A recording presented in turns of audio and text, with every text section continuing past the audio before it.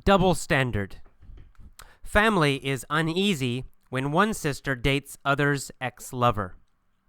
Dear Abby, my sister Jane and I are both in our mid-50s.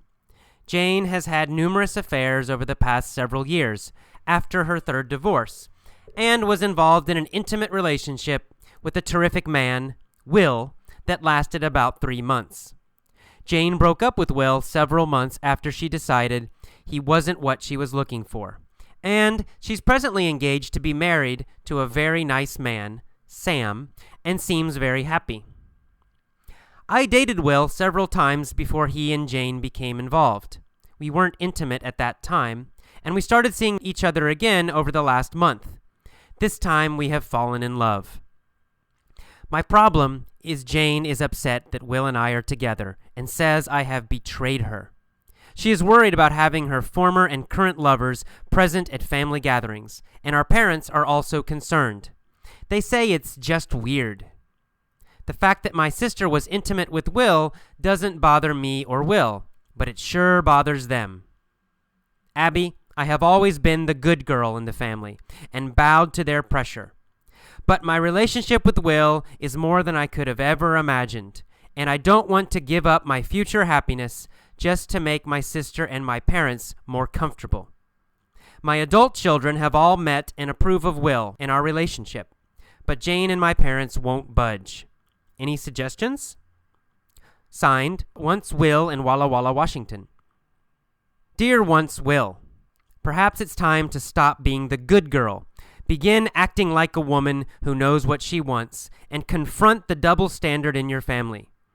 If your sister was sophisticated enough to have serial affairs and your parents have been so worldly that they have turned a blind eye to it, then you should all be adult enough to realize that you are entitled to your happiness too. Although this may make for some awkward first few family gatherings, as grown-ups, everyone should be able to get past it. But if they can't, you are going to have to decide whether you want this man or to be a people pleaser for the rest of your life. Hello, welcome to the vocabulary lesson for double standard. Let's get started. First, in the title, it says, family is uneasy when one sister dates other's ex-lover. Uneasy. Uneasy means uncomfortable, an uncomfortable feeling. It's not a specific feeling. It just means a little bit uncomfortable, not quite right. Something's a little wrong. So you say, oh, I feel uneasy.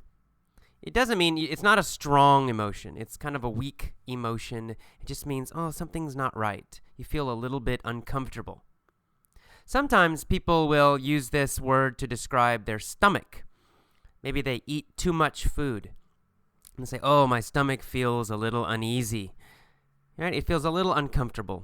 You're not seriously sick, but it's just a little bit bad. So here it says family is uneasy. It just means the family's not really, really, really upset, but they feel uncomfortable. Because one sister is dating another sister's ex-lover. Okay, let's go into the letter now. This woman's writing about her sister Jane, and she said Jane has had numerous affairs. Numerous means many. So numerous is many. So she's had many affairs over the past several years. Now, affairs usually means, an affair usually means that you are dating somebody, but you're also already married, or you already have a boyfriend or girlfriend, but then you're dating another person, secretly usually. That's usually what affair means, to have an affair. However, in this letter, it does not mean that.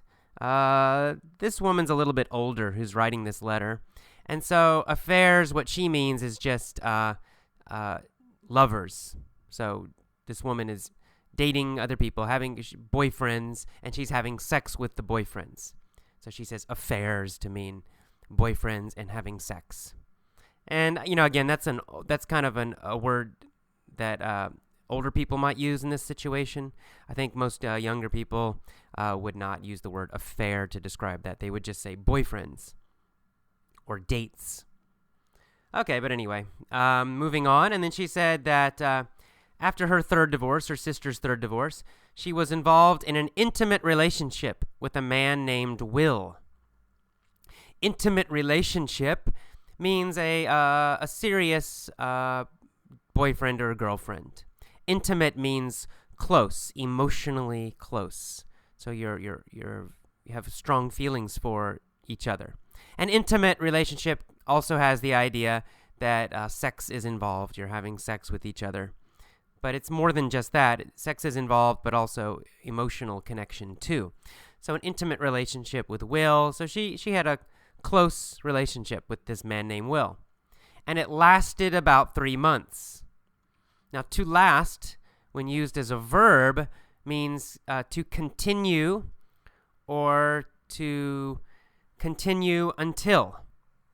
So lasted about 3 months. It means it continued for 3 months.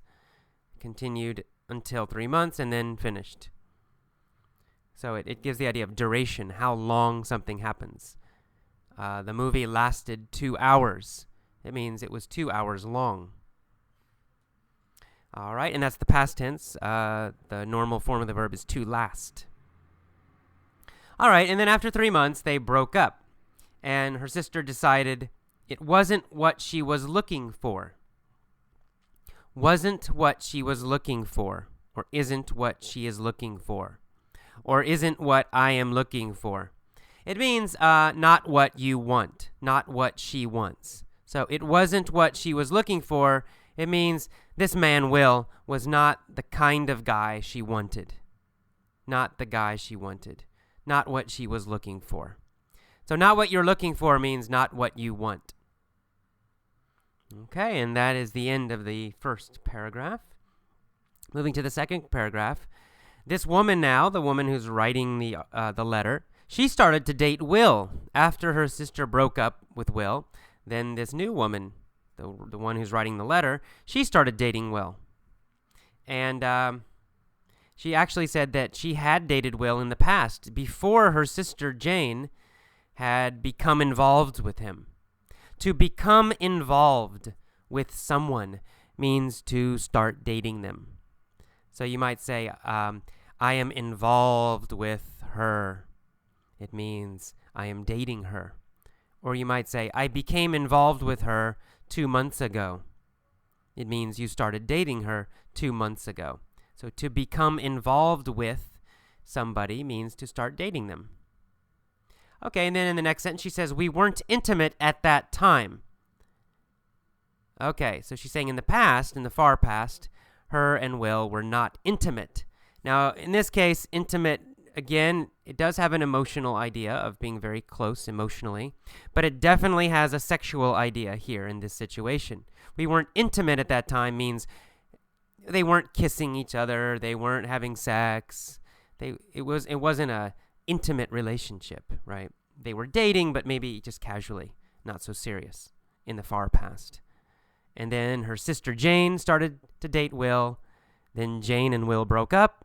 And then finally, this woman started to date Will again. Kind of a complicated American dating situation here in this letter. All right. So she says, this time we started dating again, and this time we have fallen in love. To fall in love means to start feeling love for somebody. Romantic love. Okay, and then she says, her problem. There's always a problem in these letters. My problem is that Jane is upset that I'm dating Will. She says, I have betrayed her. To betray someone means that they are your friend or your family, or they are on your side, and then you do something bad to them. You cheat them or hurt them, and we say this is betrayal is the noun. The verb is to betray. So if you betray somebody, it means they were your friend, they were your close family member, they trusted you, and you cheated them or lied to them or did something bad to them. So you cannot betray an enemy, right? If somebody hates you and you hate them and you do something bad to them, that's not that's not betray, right? Because they know you hate them. It's somebody who likes you and you like them, but then you do something bad and they're surprised. That's betray, the verb to betray. Okay, so her sister Jane thinks, oh, you betrayed me. You're dating my ex-boyfriend. All right. And then she says that her family also feels uncomfortable. They say it's weird. It's strange. Weird means strange. It's strange that she's dating her sister's ex-boyfriend. All right, and finally she says, Abby, I've always been the good girl in the family, and I have always bowed to their pressure. To bow to pressure, bow to someone's pressure or bow to the pressure, it means that you do something that other people want you to do. Pressure means people are telling you to do something. For example, you say, AJ, go to the store. AJ, go to the store. Go to the store. Go to the store. And say, oh, no, I'm tired. I don't want to go to the store. Go to the store. Go to the store. Go to the store. You keep telling me. You are pressuring me, using it as a verb. Pressuring me, pressuring me. Go, go, go, go. And finally I say, okay, I'll go to the store. I bowed to your pressure. Right? You're telling me to do something. I don't want to do it. No, no, no. And finally I say, okay, I will do what you want me to do. We call that bowing to pressure. To bow to pressure. So she said, when her family complains, she usually bows to their pressure. She does what they want her to do. Even if she really doesn't want to, she'll do what they want. She bows to their pressure. But she says this time Will is special, something special, and this time she won't budge.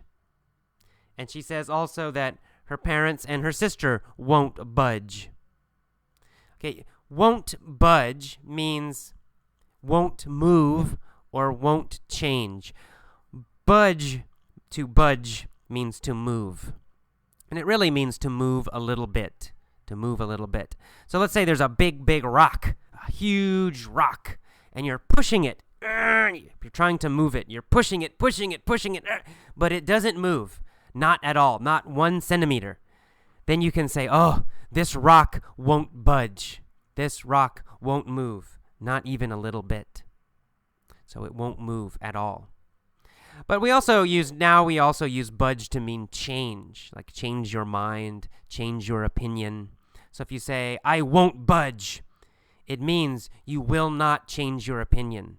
Not at all. Not even a little bit. You won't compromise. Nothing. All right. So that's it. And then she signs it, once Will in Walla Walla, Washington. Walla Walla, Washington. Walla Walla is a town in Washington State in the northwest part of America. And this time, I'm including Abby's answer. I usually don't because I want you to think about your own answer. But this time I'm including it. It has some good slang. In her answer, she says that she needs to confront the double standard in the family. To confront means to go against, to directly fight against, or directly argue with something. To confront means you don't avoid it. And a double standard, which I'm using for the title of this letter, a double standard means you have 2 different rules for different people. It's not a fair situation. For example, there's one rule for Jane and a different rule for the sister. So Jane, it's okay. She can date many guys, no problem. Her family says it's okay. It doesn't bother them. But then the other sister, if she dates many guys, they criticize her. They complain. They say, oh, you shouldn't date so many guys. So Jane can date guys. The other sister cannot. It's a double standard, right? Double meaning 2. Standard means rule. So 2 rules. One rule for one person, a different rule for someone else. In my family, we would complain about this a lot in my family, me and my sister. I was the oldest child, still am the oldest child, and my sister was younger, of course, and a girl too. So sometimes my parents let me do some things, but they would not let my sister do it. So I could go out with my friends until midnight. That was my rule. But then my sister, they told her, "You must be back by 10." And she would get angry and say, "This isn't fair. This is a double standard." Right? There's a different rule for AJ and me. It's a double standard, not the same rule. All right. And then we keep moving, and we see the word worldly.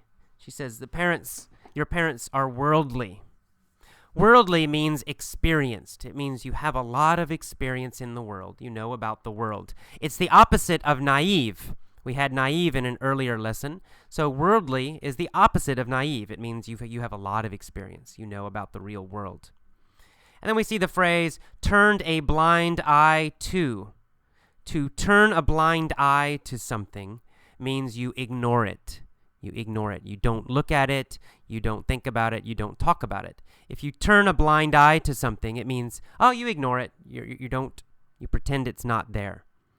So they have turned a blind eye to Jane's dating. It means they've ignored her dating.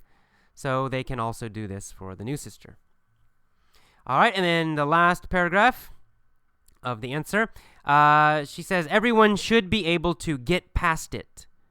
To get past something, well, there's a direct meaning, which means you're moving and you pass. It means you go ahead of something or you go by something. But usually using it in general life, to get past a relationship, for example, it means the problem is gone. The problem is gone. The problem is finished. So if you say, oh, the parents had a problem with this situation, but they will get past it. It means they will solve the problem. They will relax. They will stop worrying about it. And if you say, maybe you had a relationship and you broke up and you're very upset. Oh, you're upset. But then 6 months later, you feel okay. You can say, I'm finally past the relationship, or I'm finally past feeling sad. It means it's gone now. You don't feel sad and terrible anymore. And then the final sentence, we see the phrase people pleaser. Abby says, you don't need to be a people pleaser all of your life. A people pleaser, please means to make happy. So a people pleaser is someone who always tries to make other people happy. They never make themselves happy. They just try to please other people. Always do what other people want, but never what they want. That's a people pleaser. All right, that is all of the vocabulary for this Dear Abby letter. Go on to the mini story and listen to this a few times if you need to. Oh, and I almost forgot. We have a contest right now, a remix contest. What I want you to do is download a vocabulary lesson, then edit it. You can change it. You can add music. You can add stuff in your own language. You can do anything you want. You can cut parts. But edit it, you can use Audacity software, which is free. Do a Google search for Audacity, Audacity. And remix means rechange a vocabulary lesson. Try to make it better. Okay, bye-bye. Welcome to the mini story for Double Standard. Let's get started. There is a badass Marine named Saren. He has an intimate relationship with Julia Roberts. They are very, very close. Saren likes Julia, but one day he decides she's just not what he's looking for. He breaks up with Julia. Julia feels betrayed. She says, "How can you do this to me? Why are you hurting me? Please take me back." But Saren won't budge. He says, "No, I don't want you, Julia." Julia can't get past the breakup. Every day she follows Saren. Every day she calls him. At first, Saren turns a blind eye to her behavior. But finally, he can't ignore it anymore. He yells at Julia and says, "I won't bow to this pressure. I won't take you back. So leave me alone." Julia asks, "Do you have another girlfriend?" He says, "Yes, I'm dating Hillary Clinton now. She's rich and very powerful." "Really? Wow, I like her. I'm going to vote for her," says Julia. She says, "I still feel a little uneasy, but if you're dating Hillary, I guess it's okay." Julia smiles and walks away. As she leaves, she yells, "So, is Bill free for dating?" Okay, one more time, this time with questions. There is a badass Marine named Saren. Badass. Ooh, that's slang. Badass means tough, very strong, tough, very good at what he does. So, very strong and tough. There's a badass Marine named Saren. A Marine is a kind of soldier, a kind of fighter. He has an intimate relationship with Julia Roberts. Are Saren and Julia Roberts only friends, just friends? No. They have an intimate relationship. It means they're very close. Not only friends, they are dating each other. They have an intimate relationship. Are they probably having sex? Yes, probably they are. They have an intimate relationship. They are dating. They're very, very close. Saren and Julia Roberts have an intimate relationship. Does Saren have an intimate relationship with Cameron Diaz? No, he does not have an intimate relationship with Cameron Diaz. He has an intimate relationship with Julia Roberts. They are very, very close. Saren likes Julia, but one day he decides she's just not what he's looking for. Does Saren want Julia? No, he doesn't. He decides she's not what he's looking for. She's not really what he wants. So he decides she's just not what he's looking for. Is Hillary Clinton what he's looking for? Yes, Hillary Clinton is what he's looking for. She's rich and powerful. That's what he's looking for. Saren's looking for rich and powerful. Julia Roberts is not powerful enough, so she's not what he's looking for. Is Cameron Diaz what Saren is looking for? No, he doesn't want Cameron Diaz. Cameron Diaz is not what he's looking for. What is Saren looking for? Saren is looking for a rich and powerful woman like Hillary Clinton. So he breaks up with Julia. Julia feels betrayed. Does Julia feel he did something bad to her? Yes, exactly. She feels he did something bad to her. They were close. She trusted him, and then he hurt her. Did Saren betray Cameron Diaz? No, he didn't betray Cameron Diaz. He never dated Cameron Diaz. He never did anything bad to her. He did not betray Cameron Diaz. Did he betray Hillary Clinton?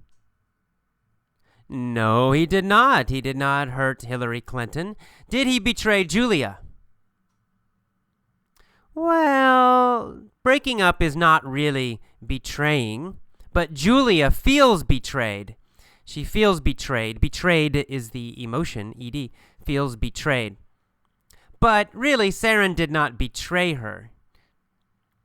But anyway, she says, "How can you do this to me? Why are you hurting me? Please take me back." But Saren won't budge. Will Saren change his mind? No, he won't budge. He won't change at all. Will he change a little bit? No, Saren will not change, not even a little bit. He won't budge. He won't change at all. Will Julia budge? No, she doesn't want to budge either. She wants him back. 100%. She doesn't want to change either. So Julia won't budge, and Saren won't budge. Saren says, "No, I don't want you, Julia." But Julia says, "Yes, I want you back." Neither one of them will budge. They won't budge. Julia can't get past the breakup. Can Julia forget the breakup? No, she can't forget the breakup. She can't get past the breakup. Can Julia get past Mel Gibson? Well, yeah, she never dated Mel Gibson, so she doesn't need to get past Mel Gibson. Who does she need to get past? Well, she needs to get past Saren. Saren is her ex-boyfriend. She needs to get past Saren. Can she get past Saren? No, she can't get past him. She can't get past Saren. She can't get past the breakup. She's still upset. Is she still very sad about Saren and the breakup? Yes, that's right. She's still very, very sad. She can't get past the breakup. So every day she follows Saren. Every day she calls him on the phone. At first, Saren turns a blind eye to her behavior. In the beginning, does Saren get upset by her behavior? No. In the beginning, he turns a blind eye. He ignores her. He pretends he doesn't see her. He pretends he's not bothered by her behavior. So he turns a blind eye to her behavior. Does Saren turn a blind eye to Cameron Diaz? No, he does not ignore Cameron Diaz. Who does he turn a blind eye to? Well, he turns a blind eye to Julia Roberts. In fact, he turns a blind eye to her behavior. He ignores her behavior. Does Julia turn a blind eye to Saren? No, she doesn't ignore him. She does not turn a blind eye to Saren. Saren turns a blind eye to her behavior, but she does not turn a blind eye to Saren. She keeps calling him. Finally, Saren can't ignore her anymore. He yells at Julia and says, "I won't bow to this pressure." Will Saren do what Julia wants him to do? No, he won't. He won't bow to the pressure. He will not change because of her pressure. Will he bow to Cameron Diaz's pressure? No, Cameron is not pressuring him. Cameron is just a friend. She's not pressuring him. Julia is pressuring him. He won't bow to Julia's pressure. Will he date Julia again? No, he won't. He won't bow to her pressure. He won't do what she wants. What does Julia want? Julia wants to date him again. So she's pressuring him. Please date me again. Please date me again. Please date me again. Will he bow to this pressure? No, he won't bow to this pressure. He says, "I won't take you back, so leave me alone." Julia asks, "Do you have another girlfriend?" And he says, "Yes, I'm dating Hillary Clinton now. She's rich and very powerful." Julia says, "Really? Wow, I like her. I'm going to vote for her. I still feel a little uneasy, but if you're dating Hillary, I guess I'm okay." Does she feel a little uncomfortable about Hillary? Yes, that's right. She feels a little uneasy that he is dating Hillary.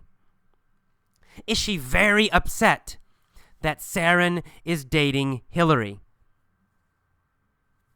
No. She's not very upset. She's just a little uneasy. She's uneasy. She's not very, very upset. She's just uneasy. Why is Julia uneasy? Well, she's uneasy because Saren is dating a new girl. But it's Hillary Clinton and she likes Hillary, so she's only uneasy, not very upset. Is Saren uneasy? No, Saren's not uneasy. Saren is okay. He's dating Hillary and he's happy with Hillary. So Saren is not uneasy about Hillary. Who is uneasy about Hillary? Well, Julia Roberts is a little uneasy about Hillary, but just a little. It's not bad. And she says, "Well, I'm going to vote for her, so if you're dating Hillary, it's okay." Finally, she turns and walks away. When she's walking away, Julia smiles, and she yells to Saren, "So, does this mean Bill Clinton is free for dating?" All right. Now, one more time. This time I will pause after the key phrases. Please repeat the phrases after me, but don't just repeat. Copy my intonation. Copy my pronunciation. Try to speak exactly like me. Let's go. There's a badass Marine named Saren. there's a badass Marine named Saren. He has an intimate relationship with Julia Roberts. He has an intimate relationship with Julia Roberts. They are very, very close. Saren likes Julia, but one day he decides she's just not what he's looking for. She's just not what he's looking for. He breaks up with Julia. Julia feels betrayed. Julia feels betrayed. She says, "How can you do this to me? Why are you hurting me? Please take me back." But Saren won't budge. But Saren won't budge. He says, "No, I don't want you, Julia." Julia can't get past the breakup. Julia can't get past the breakup. Every day she follows Saren. Every day she calls him. At first, Saren turns a blind eye to her behavior. At first, Saren turns a blind eye to her behavior. But finally, he can't ignore it anymore. He yells at Julia and says, "I won't bow to this pressure. I won't bow to this pressure. I won't take you back, so please leave me alone." Julia asks, "Do you have another girlfriend?" And Saren says, "Yes, I'm dating Hillary Clinton now. She's rich and very powerful." Julia says, "Really? Wow, I like her. I'm going to vote for her. I still feel a little uneasy. I still feel a little uneasy. But if you're dating Hillary, I guess it's okay." Julia smiles and walks away. As she leaves, she yells, "So, is Bill Clinton free for dating?" All right, that is all of the mini story. Now pause and try to tell all of the story yourself. You don't need to remember every word, but try to use the new phrases and the new words correctly. If you cannot, just relax and listen again. Listen to this story every day for 1 week or 2 weeks, and you will internalize the new phrases. You'll also internalize a lot of basic grammar and a lot of basic pronunciation by listening again and again and again. All right, see you next time. Bye-bye. Okay, welcome to the POV, or point of view, mini stories for double standard. Same mini story, but first starting with the phrase 1 year ago. 1 year ago, there was a badass Marine named Saren. He had an intimate relationship with Julia Roberts. They were very, very close. Saren liked Julia, but one day he decided she just wasn't what he was looking for. So he broke up with her. Julia felt betrayed. She said, "How can you do this to me? Why are you hurting me?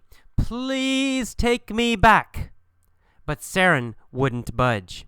He said, "No, I don't want you, Julia." Julia couldn't get past the breakup. Every day she followed Saren. Every day she called him. At first, Saren turned a blind eye to her behavior, but finally he couldn't ignore it anymore. He yelled at Julia and said, "I won't bow to this pressure. I won't take you back, so leave me alone." Julia asked, "Do you have another girlfriend?" And he said, "Yes, I'm dating Hillary Clinton now. She's rich and very powerful." Julia said, "Really? Wow, I like her. I'm going to vote for her. I still feel a little uneasy, but if you're dating Hillary, I guess it's okay." Julia smiled and walked away. As she left, she yelled, "So, is Bill free for dating?" Okay, our next version is going to start with the phrase, "since 2004." Okay. All right, there's a badass Marine named Saren. Since 2004, he has had an intimate relationship with Julia Roberts. They have been very, very close. Saren has liked Julia this whole time. But one day he finally decided she just wasn't what he was looking for. So he broke up with Julia. Julia felt betrayed. She said, "How can you do this to me? Why are you hurting me? Please take me back." But Saren wouldn't budge. He said, "No, I don't want you, Julia." Julia couldn't get past the breakup. Every day she followed Saren. Every day she called him. At first, Saren turned a blind eye to her behavior, but finally he couldn't ignore it anymore. He yelled at Julia and said, "I won't bow to this pressure. I won't take you back, so leave me alone." Julia asked, "Do you have another girlfriend?" And he said, "Yes, I'm dating Hillary Clinton now. She's rich and very powerful." She said, "Really? Wow, I like her. I'm going to vote for her. I still feel a little uneasy, but if you're dating Hillary, I guess it's okay." Julia smiled and walked away. As she left, she yelled, "So, is Bill free for dating?" All right, our final version begins with the phrase, "next year." Next year, this is going to happen in the future. I'm imagining this. Here we go. There's a badass Marine named Saren. Next year, he'll have an intimate relationship with Julia Roberts. They'll be very close. Saren will like Julia, but one day he'll decide she's just not what he's looking for. He'll break up with Julia. Julia will feel betrayed. She'll say, "How can you do this to me? Why are you hurting me? Please take me back." But Saren isn't going to budge. He's going to say, "No, I don't want you, Julia." Julia won't be able to get past the breakup. Every day, she'll follow Saren. Every day, she'll call him. At first, Saren will turn a blind eye to her behavior. But finally, he won't be able to ignore it anymore. He'll yell at Julia and say, "I won't bow to this pressure. I won't take you back, so leave me alone." Julia will ask, "Do you have another girlfriend?" He'll say, "Yes, I'm dating Hillary Clinton now. She's rich and very powerful." Julia will say, "Really? Wow, I like her. I'm going to vote for her. I still feel a little uneasy, but if you're dating Hillary, I guess it's okay." Julia will smile and walk away. As she leaves, she's going to yell, "So, is Bill free for dating?" All right, and that's our final version in the future. Please go back now, listen to each version, and then pause. Try to tell each version yourself out loud. You don't need to be perfect. You don't need to remember every word. But try your best and try to use the correct form of the verbs. Sometimes the vocabulary changes a little bit. Listen for that. If you can't do it, if it's too difficult, no problem. Just relax. Listen to these versions many, many times. Every day, listen to it 1 time, 2 times, 3 times. The next day, again. The next day, again. It takes some time, but if you do this every month, every day for 1 month, 2 months, 6 months, 1 year, you will get a more natural feeling for English grammar. Okay. See you next time. Bye-bye.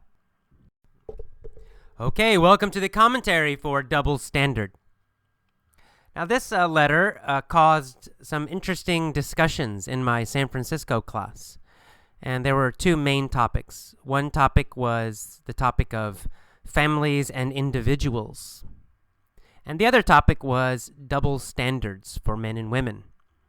And I'll talk about both of these and a little bit about what's common in America, common opinions in America, and what are some of the different ideas in different countries. So first, this topic of family and individuals. Most people know that American culture, American society, values individualism or individuals.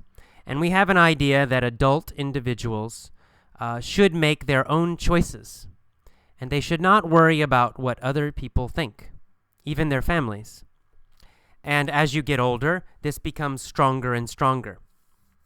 So when I read this letter, for example, and I saw this woman is in her middle 50s, so she's probably, 55 years old. And she's worried about what her family thinks about her new boyfriend. My first reaction, I thought, this is very strange. This is an older woman. Why does she care about what her sister and her parents think? She should just do what she wants. She's an adult woman. This is crazy. And that's a common American reaction. We have an idea in the United States that when you're an adult, you should be independent. You should make your own decisions. You should not ask your parents for advice all the time. You should not live with your parents when you're an adult. Right? That's a very common, strong view. This is very interesting because in classes that I've had before, there's a very interesting difference in culture here, especially this idea of living with your family. Some cultures, people continue to live with their families until they get married. So if they're 30 and they're not married, they still live with their parents. If they're 35 and they're not married, they're still living with their parents, and that's normal, and which is fine. There's not a right or wrong answer here, not better or worse, but it is a big difference. In the United States, that is seen as very negative. There's a strong feeling that you should not live with your parents when you're an adult. So, for example, in my own life, I went to university when I was 18, and then I graduated university. I was 22, I believe, and after that, I got my own apartment, and I never lived with my parents again. I didn't want to live with my parents, and my parents did not want me to live with them. If I had asked them, can I live with you, they would not have been happy. They would not have liked that. They would think there was something wrong with me. I can't support myself. I can't get my own job. I'm not independent. That's not good. So, and for me, I wouldn't like it because I don't want to live with my parents, and I'm an adult. I don't want them telling me what to do or anything like that. So it's on both sides. Both the children and the parents have this idea that when you're an adult, you leave home and you should be independent and should make your own decisions. But I've met students from other countries who say it's very normal to live with their families until they're married. And in some cultures, even after they get married, the couple will go and live with one of the families, the husband's family or the wife's family. And that's considered normal. So in these cultures, family and the family's opinion continues to be important even when they're adults. So maybe some of you listen to this article, you think, oh, this sounds normal. Maybe some of you think this woman needs to worry about her family. If her family doesn't like the situation, maybe she should not date Will. That might be a reaction that some people have. However, Abby's answer is probably the normal answer most Americans would give, which is stop worrying about your family's opinion. Don't be a people pleaser. Do what you want. All right. Next, the issue of double standards. This was the second topic we discussed in my San Francisco class. And the double standards refers to men and women, and the fact that there are double standards for men and women when dating. If a man dates a lot of women, it's often no problem. People don't criticize him. In fact, sometimes they think, hey, he's a cool guy. Look at all those girlfriends he has. This is great. What a good guy.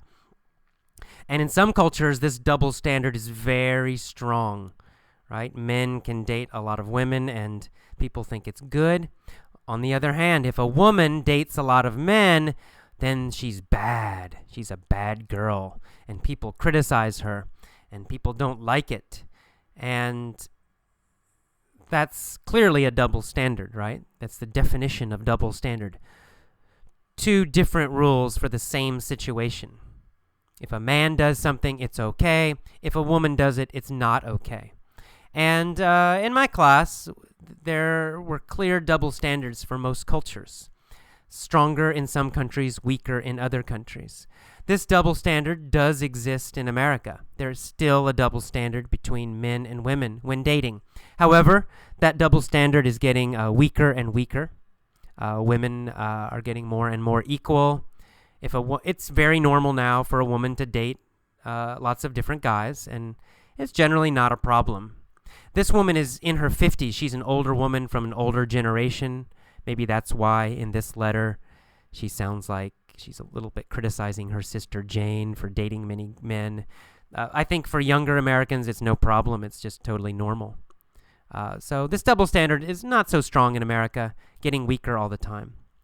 In other countries, in my class, some of the Asian students, for example, mentioned that this is a very strong double standard in their countries, that the men are almost encouraged to date a lot of girls, and it's seen as very cool.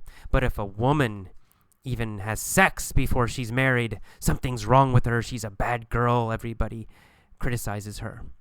And it's a strong double standard. I guess the good news is most of them did mention that it's improving in all the countries in my class that were represented. The students did say it's getting better.